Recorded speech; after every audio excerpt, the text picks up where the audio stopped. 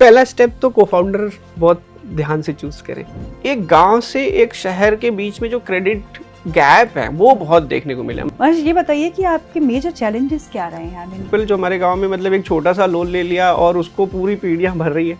उस समय में और अब के समय में जब कोई स्टार्टअप अब शुरू करता है, क्या फर्क है? पहले तो लोन के नाम पे लोग डरते हैं। So what milestone have you set for PayMe? तो really unique startups will now emerge. तो कोई किसी को स्टार्टअप शुरू करना हुआ, 3 big things that one needs to keep in mind. We are heavily using AI जिससे इजी अफोर्डेबल हो चीजें।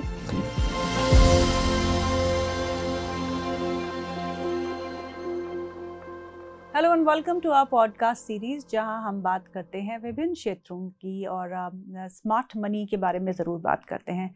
हम डिजिटल वर्ल्ड में इस समय कार्यरत है। आप देखिए कि डिजिटल प्लेटफॉर्म्स बहुत सारे हैं जहां पे आपको सुविधा मिलती है, फाइनेंशियल इंक्लूजन भी होता है और आप इन डिजिटल प्लेटफॉर्म्स का अच्छे से फ़ायदा भी उठा सकते हैं। ऐसा ही एक डिजिटल प्लेटफॉर्म है पेमी। पेमी इंडिया जो है वो एक होम ग्रोन कंपनी NBFC है जिसने शुरुआत बड़े छोटे से की थी, लेकिन अब बहुत बड़ा बन गया है और विभिन्न सेवाएं देता है। और इसको हम एक full stack digital leading credit technology power house भी कह सकते हैं। इस पे बातचीत करेंगे हम आज और हमारे साथ बहुत ही खास मेहमान जुड़ चुके हैं। Mister Mahesh Shukla, he is founder and CEO of PayMe India. Very good afternoon Mahesh, and thank you so much for taking thank you for having me. Mahesh, hope I describe the company well. Yeah of course. तो मुझे अपनी शुरुआत बताइए, how did you start? क्या vision लेके आपने शुरुआत की थी? शुरुआत मैं बैंकिंग में ही रहा, एक छोटे शहर से बड़े शहर, फिर बड़े से बड़े शहर। तो I was born in Gorakhpur, then brought up at Allahabad. फिर वहाँ से न्यू सर्चेस शुरू हुई कि अब इसके व्हाट इज नेक्स्ट। तो आई केम टू दिल्ली।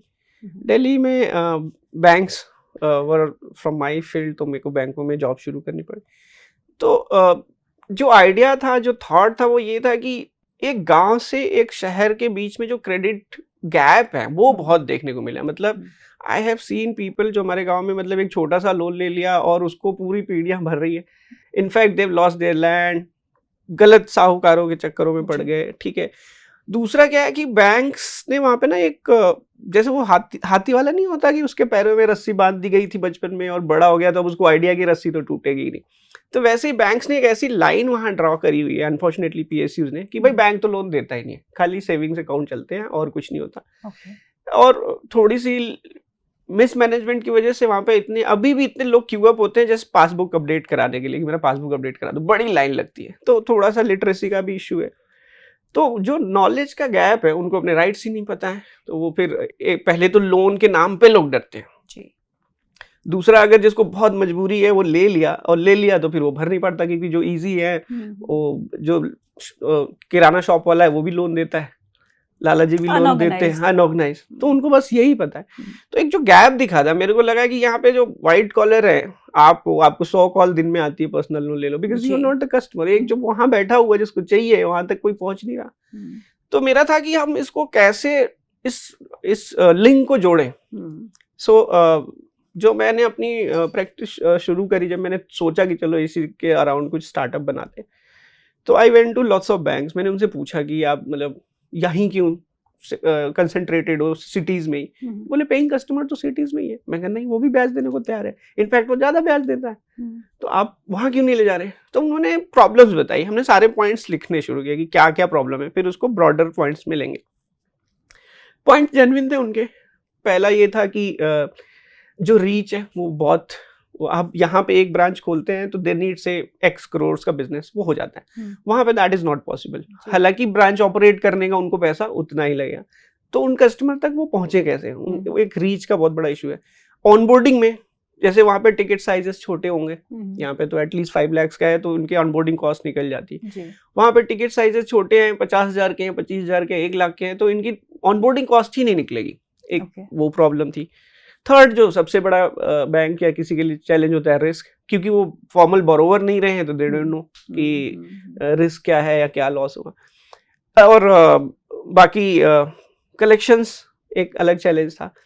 तो हमने ये सारे पॉइंट्स लिखे, मोटी मोटा हमें फिर 4-5 पॉइंट्स ऐसे निकल के आए क्लब करने पे कि जो मेजर पॉइंट्स है। एक था कि रीच इन कस्टमर तक पहुंचा कैसे जाए बहुत ही कॉस्ट इफेक्टिव वे में। देन वी थॉट ऑफ कि एक ऐसा डिजिटल प्लेटफॉर्म बनाते हैं जहाँ पे हम कस्टमर्स की ऑनबोर्डिंग यूं कर लें, मतलब विदाउट इन्वेस्टिंग टू मच। जैसे OSV था, ये चीजें थी, तो हम उस पॉइंट को मिस भी ना करें कि कोई क्रेडिट पैरामीटर या रिस्क पैरामीटर या कंप्लायंस पैरामीटर नहीं मिस हो, बट टेक्नोलॉजी का यूज करके हम ऐसे ऑनबोर्डिंग करें जिससे कॉस्ट इफेक्टिवनेस आए उसमें। और ये मैं आपको बता रहा हूँ 2013, 14, 15 की बात, तो तब अब तो आपको लगेगा कि यार अब क्या बोल रहा हूँ मैं ये तो बहुत कॉमन चीज है, बट उस टाइम बहुत नया था कि मतलब यकीन नहीं होगा कि मोबाइल से ही ऑनबोर्ड हो जाएगा कस्टमर। बिल्कुल। सो उस टाइम मैंने ये भी सुना था कि रिलायंस जियो लेके आ रहा है नेटवर्क, और वो बहुत अच्छा स्प्रेड होने वाला है, घर घर में बहुत फास्ट नेटवर्क हो जाएगा। तो एक वो भी एक मन में चल रहा था कि अगर रिलायंस आता है तो इतनी अच्छी इंफ्रा बन जाएगी, इतनी अच्छी इंफ्रा बनने के बाद क्या ही फायदा होगा, हर कस्टमर के हाथ में मोबाइल होगा, तो हम कुछ ऐसा करें। इकोसिस्टम भी बदला, गवर्नमेंट का भी सपोर्ट था, आधार बेस्ड KYCs आ गए, पूरा डेटाबेस बना। तो ऑनबोर्डिंग पहले हमने ईज करी कि जहाँ पे ऑनबोर्डिंग की कॉस्ट आपके कस्टमर की 3 से 5 हजार रुपए लगती थी, उसको इतना गिरा दिया कि 300 रुपए से भी कम में होने लगी।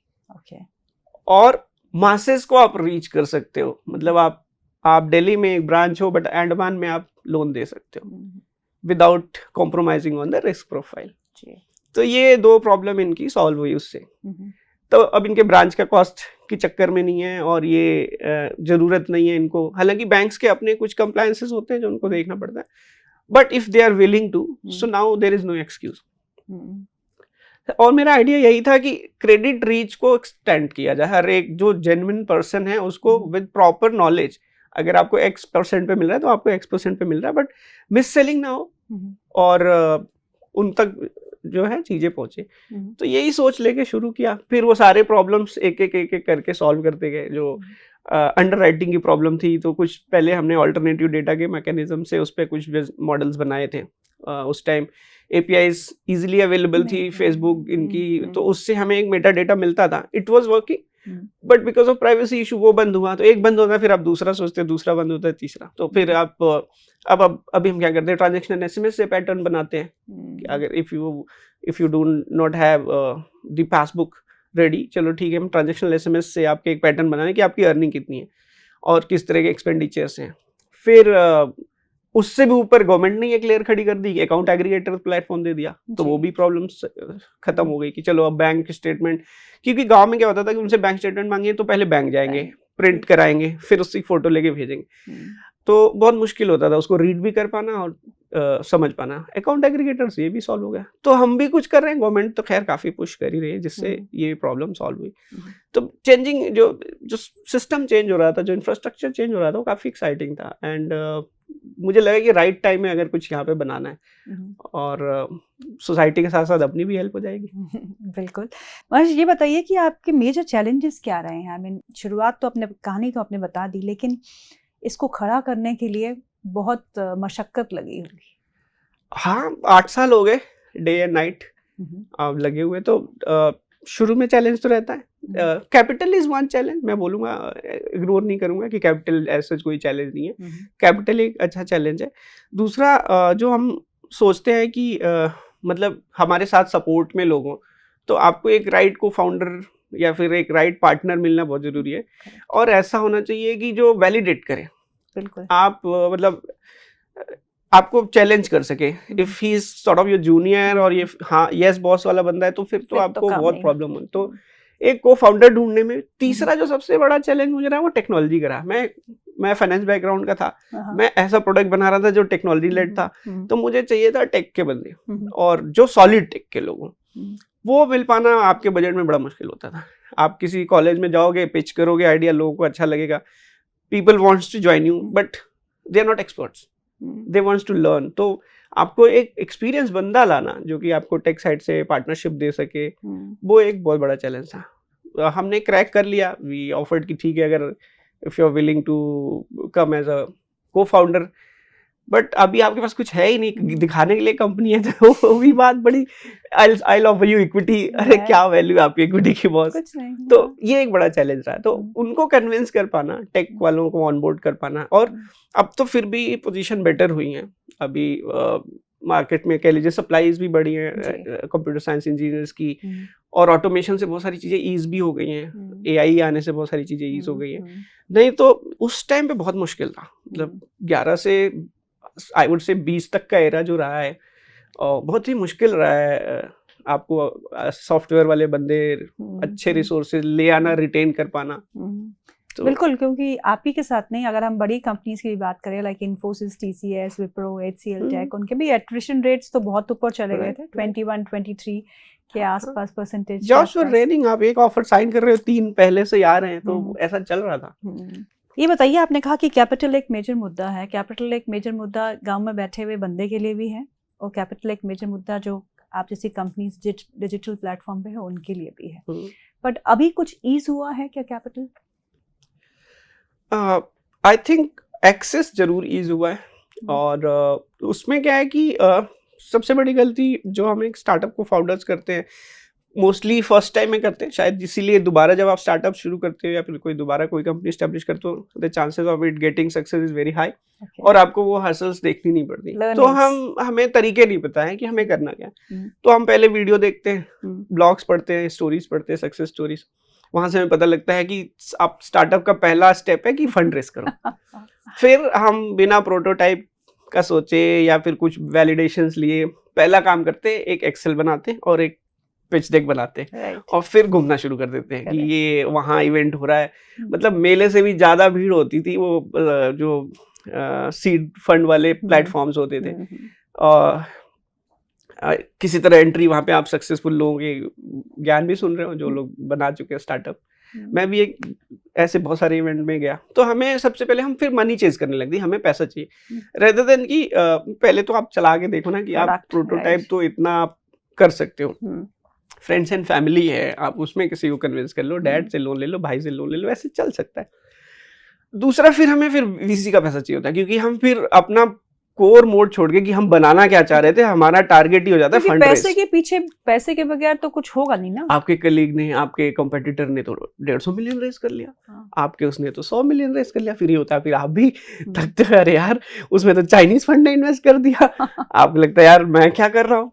तो प्रॉब्लम यहाँ हो जाती है कि फिर आप अपने विजन के पीछे भागो ना, पैसे के पीछे नहीं। और पैसा चाहिए डेफिनेटली, बट उसके लिए राइट लोग हैं, अगर आप थोड़ा सा सोच समझ के लोगे मिल जाएगा, और जितना चाहिए बस उतना ही लो। क्या करना है वैल्यूएशन लेके, which you know that only you and the person who is investing knows की क्या रियल वैल्यू है। तो वो वैल्यूएशन के पीछे, पैसे के पीछे हम भागने, जो गवर्नमेंट के सपोर्ट वाली चीजें वो हम पूरा मिस कर जाते हैं। क्या सपोर्ट है? ये आपने कहा कि गवर्नमेंट ने अच्छे जो गवर्नमेंट ने प्लेटफॉर्म्स बना रखे हैं, जैसे सबसे बढ़िया, पहले तो आप DIPP में रजिस्टर कराइए, आपका सक्सेसफुल स्टार्टअप रजिस्टर हो जाता है इनोवेशन में, आपको ग्रांट्स मिल सकते हैं, आपको सीड फंडिंग मिल सकती है अप टू 50 लाख की वहां से, ठीक है। फिर उसके अलावा उनके पास बहुत सारी स्कीम्स हैं, क्रेडिट गारंटी स्कीम है, और जैसे एक मल्टीप्लायर स्कीम है उनकी, तो उसमें आपको बड़े लोन्स बैंक के सपोर्ट से भी मिल सकते हैं। तो इस तरह की चीजों को एक्सप्लोर किया जाए, बेटर है।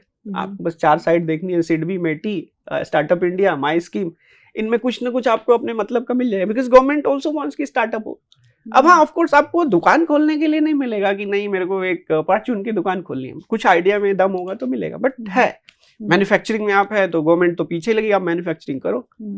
तो बेटर है कि फिर उसको एक्सप्लोर किया जाए, rather than कि आप VCs को पिच कर रहे हो, फिर वो उसमें क्या, वो IIT अंडरग्रेड लड़का अभी आया, वो देख रहा है और फिर बोल रहा है अरे मजा नहीं है तुम्हारे स्टार्टअप, तो उससे आप डिसअपॉइंट भी होते हो। तो इस तरह की चीजों को पकड़ के चलो, और ट्रेडिशनल फाइनेंसिंग को भी पकड़ के चलो, मतलब आप अपने चीजों को बना के चलो ताकि बैंक से आपको लोन मिल जाए, आज नहीं 3 साल बाद, 2 साल बाद।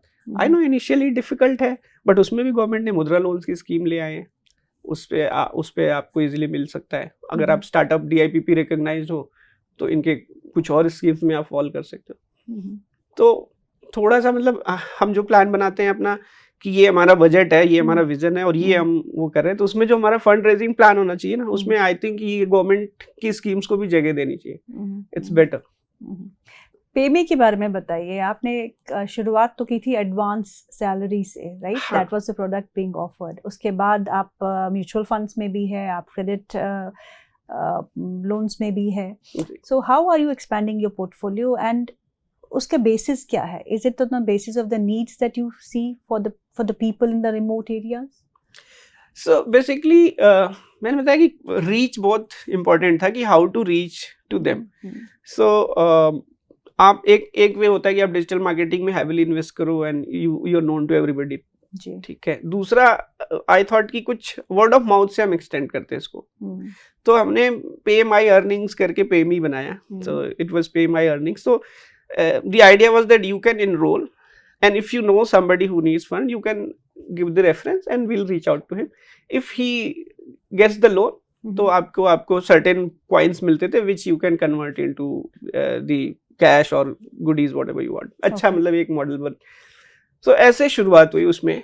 Then salary financing was the first thing which we started. उसमें we started 2 ways, कि एक तो जो employees हैं, if they want to kind of borrow for say 10 days 20 days जो गैप है आज, हाँ टूवर्ड्स द एंड उनको पार्टी करनी है करनी, तो एक जो क्विक मनी सप्लाई है वो हम दे सके. दूसरा भी partnered with some of the entities जिनके इनवॉइसेस डिले होते हैं. So they are a well established entity, but क्या होता है कि इनवॉइसेस डिले होते हैं, but nobody wants to delay their employees salary, right. तो वो एक चीज था कि ठीक है, so you can take a credit, हमसे एक क्रेडिट लाइन ले सकते हो, you can pay off the salaries के लिए ही रहेगा स्पेशली.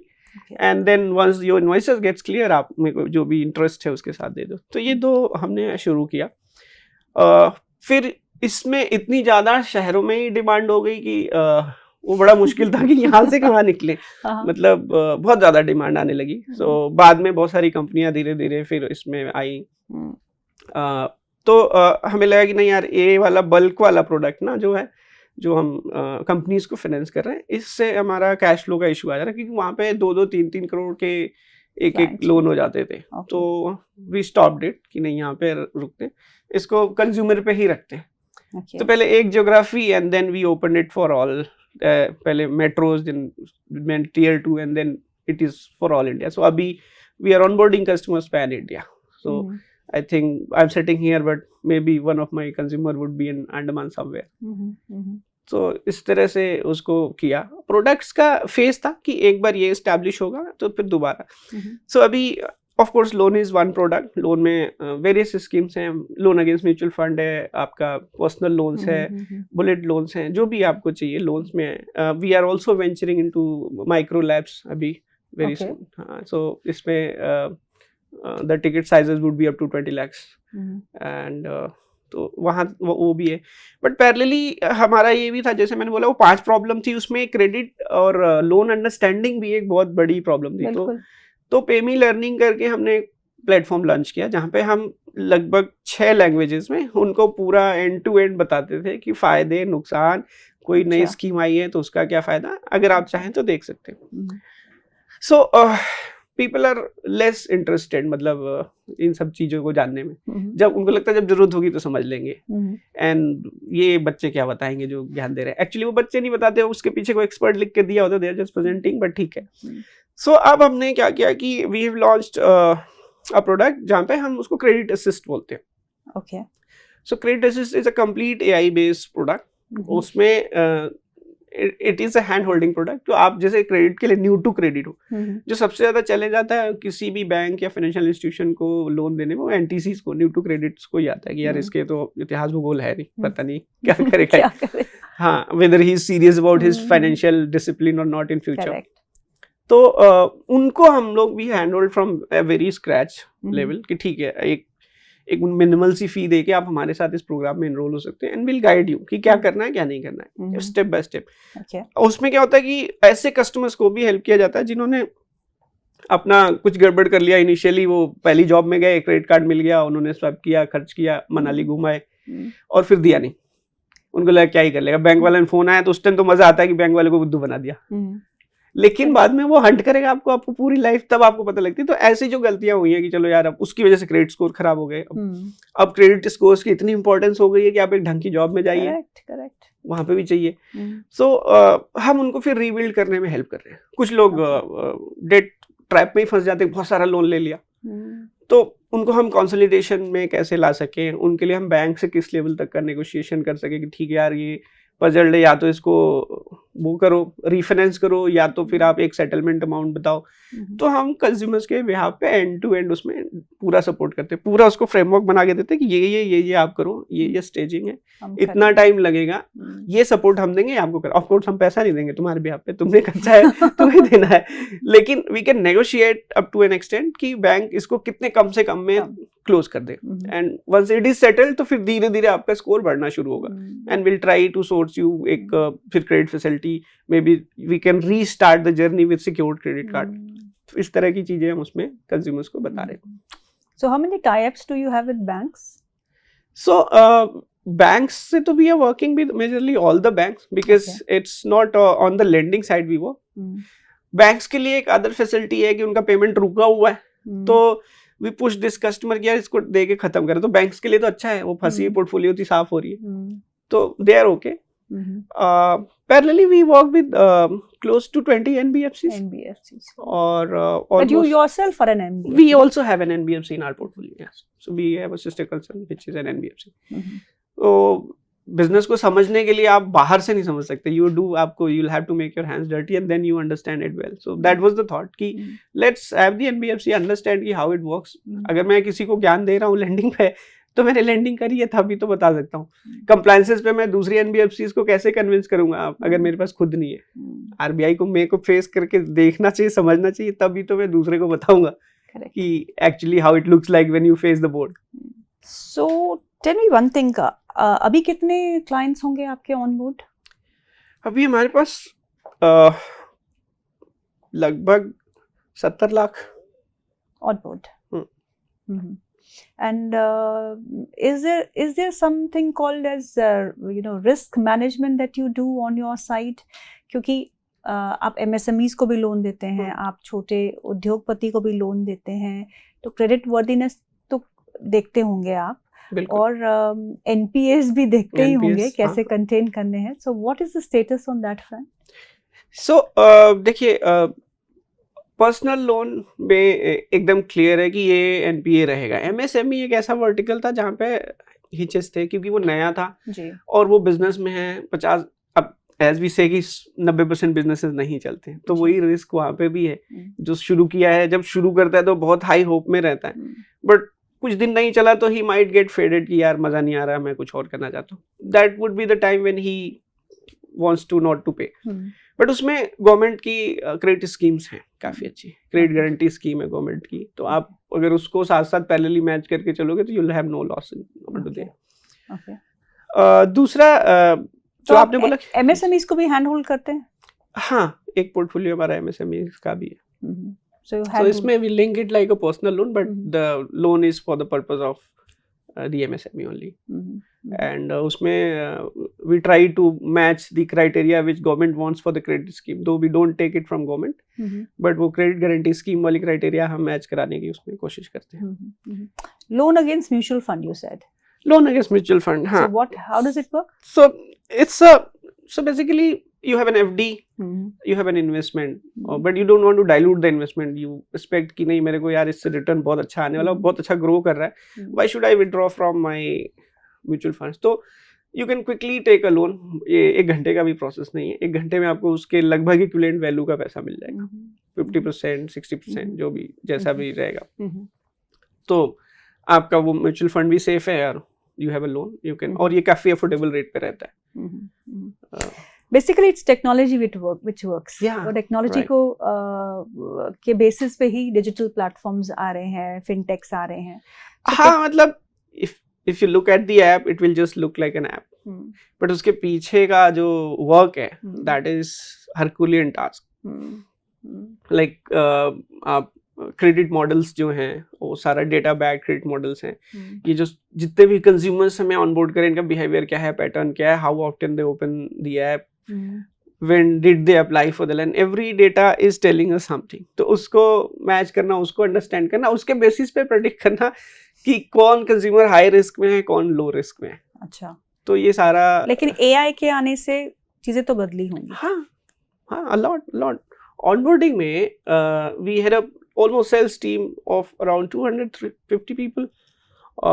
AI की help से we have downsized it, now there are hardly 50 people. अच्छा, बट हम तो ये कहते हैं कि एआई से जॉब लॉस होगी, लेकिन आपने तो ये स्पष्ट रूप से बता दिया कि जॉब losses हैं. We were I'll be upfront, like we were 670 sometimes back and we are 350 now with higher efficiency. And we are actively using AIs on all the front, customer support, grievances, even compliances के लिए we're building. Underwriting के जो model होते हैं, data model को retain करने में, सब चीज़ों में बहुत हेल्प मिल रहा है. A lot. Even credit assist में consumers are getting happy because पहले हम क्या करते थे कि ह्यूमन इंटरवेंशन था. So you will book an appointment. फिर आपने कल का दे दिया, मेरी टीम आपको अप्रोच कर रही है उस टाइम पे, you're not there. Then you miss the. अब आपको एक दिन बाद का मिलेगा. Here you can book the appointment with AI any time. आप रात को भी उससे चैट कर सकते हैं कि और क्या कर सकता हूँ मैं अपने क्रेडिट को ठीक करने के लिए. तो ईज मिली है, फैसिलिटीज मिली है, बट ऑफ कोर्स कुछ वनीला जॉब्स तो खाएगा ही. There were times, महेश, जब एक लोन लेने में कम से कम 1 महीना तो लगता था, राइट? अब कितना टाइम लगता है? सो हमारा मॉडल था 3-1 का, मतलब एक ड्रीम था. 3-1 का एक ड्रीम था मेरा कि 3 मिनट्स में ऑनबोर्डिंग हो जाए, सारा फॉर्म भर जाए, जो भी डेटा आप कलेक्ट करना चाहो कस्टमर से कर लो 3 मिनट्स. 2 मिनट्स में आपका पूरा प्रोसेसिंग हो जाना चाहिए with all the underwriting, compliances और सब चीज़ इंटैक्ट. कहीं पे कॉम्प्रोमाइज नहीं करना है, बट आपका 2 मिनट्स में ऐसा रोबस्ट सिस्टम हो कि हो जाए, और within 1 minute that loan should get disbursed to the customer. तो 3-1 का एक प्रोसेस, मतलब मॉडल सोच के चला था, and this is reality now. Is it? This is reality now.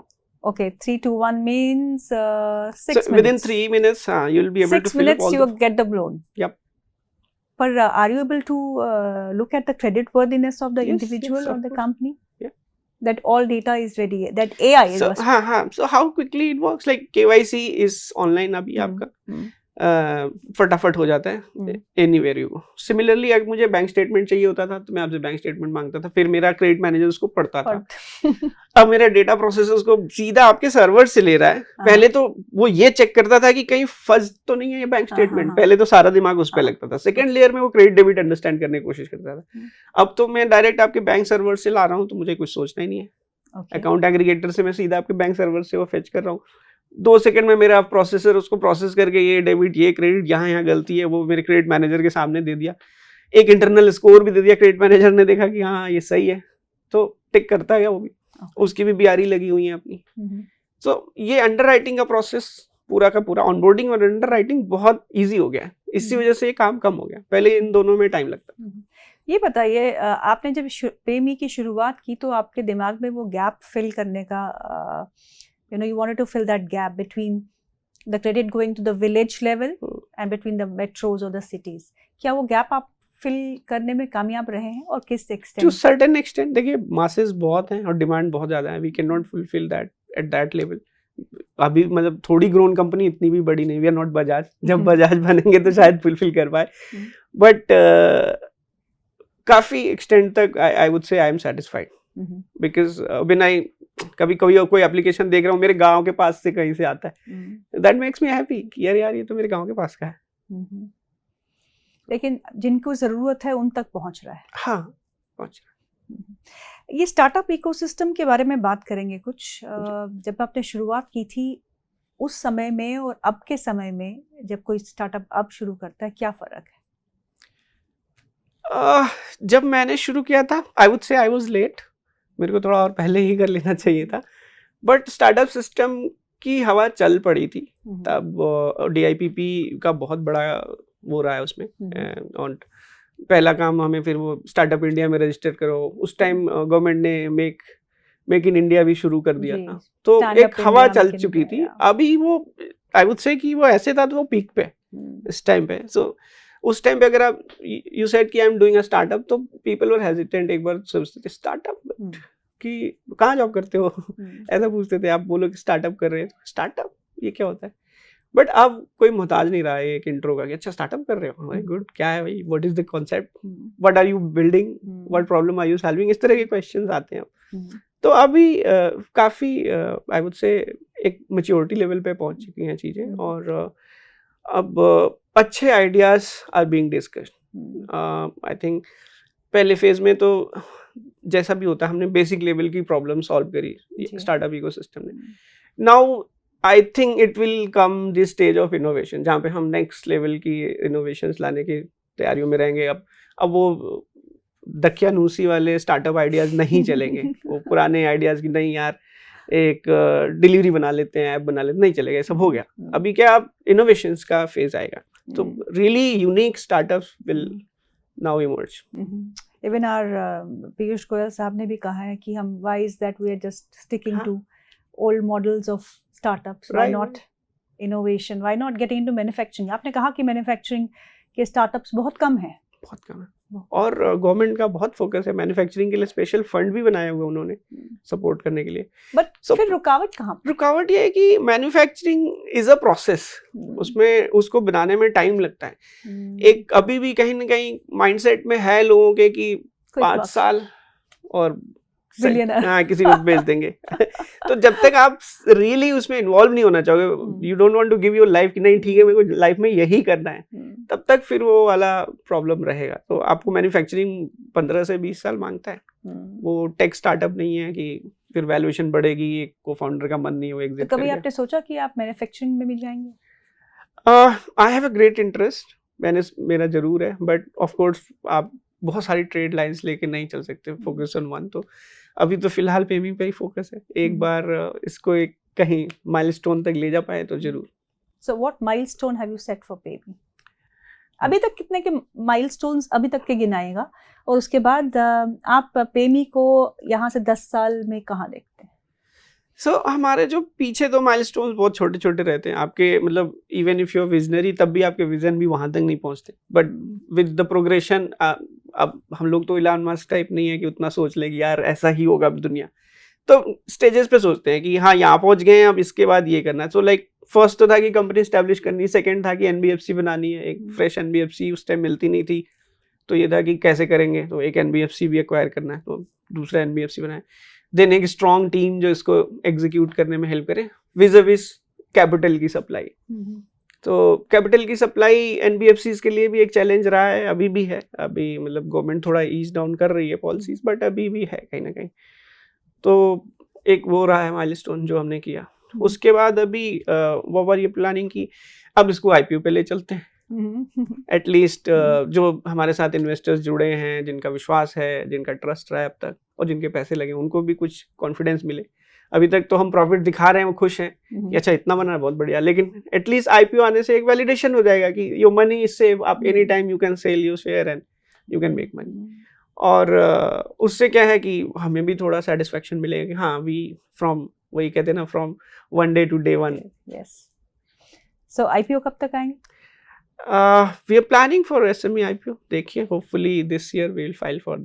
आपने मेरे बात का जवाब नहीं दिया, 10 साल में आप पेमी को कहाँ देखते हैं? सो अभी हमारा पूरा फोकस जो हमने टेक स्टैक लेंडिंग का पूरा बना लिया है। Now we are shifting focus on compliance stack, जो कि हम पूरा कंप्लायंस का स्टैक बनाएं, और we are heavily using AI जिससे इजी अफोर्डेबल हो चीजें।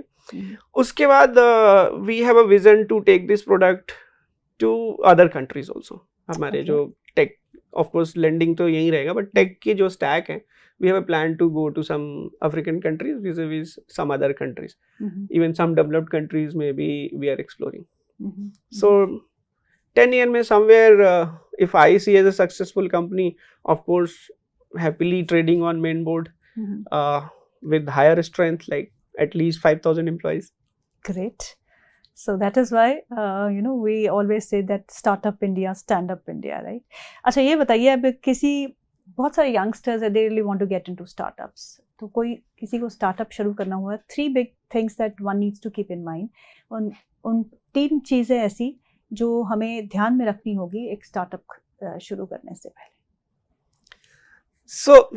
पहला स्टेप तो को फाउंडर बहुत ध्यान से चूज करें। एक को, बिकॉज वो मतलब शादी हो रही है आपकी, तो को फाउंडर ऐसा हो कि जो उस तरह से साथ में रहे, और को फाउंडर का जैसा कि मैं कहता हूँ कि आपको वैलिडेट करने वाला हो, यस बॉस वाला ना हो। तो एक अच्छा को फाउंडर, एंड अगर आपको एक्स नॉलेज है तो he should be Y knowledge. If you are a marketing guy then he should be a tech guy, not from the same stream. तो एक को फाउंडर चूज करना बहुत जरूरी है। सेकेंड है कि ऑल द कंप्लायंसेस, इंडिया में जो भी जोल जाल पहले होते थे वो गया जमाना। अभी सारी अथॉरिटीज बहुत तेज हैं, तो don't miss on any compliances, ताकि बाद में उसके मल्टीप्लायर इफेक्ट्स बहुत गंदे होते हैं। थर्ड है कि raising money is important definitely, but take it rationally and take it from the right people. Mahesh ji, बहुत बहुत शुक्रिया आज प्रोग्राम में शामिल होने के लिए। Thank you so much. It was really an insightful discussion and startups आपका पेमी को हम will like to congratulate you on the success and we wish you all the best. Thank you. Thank you.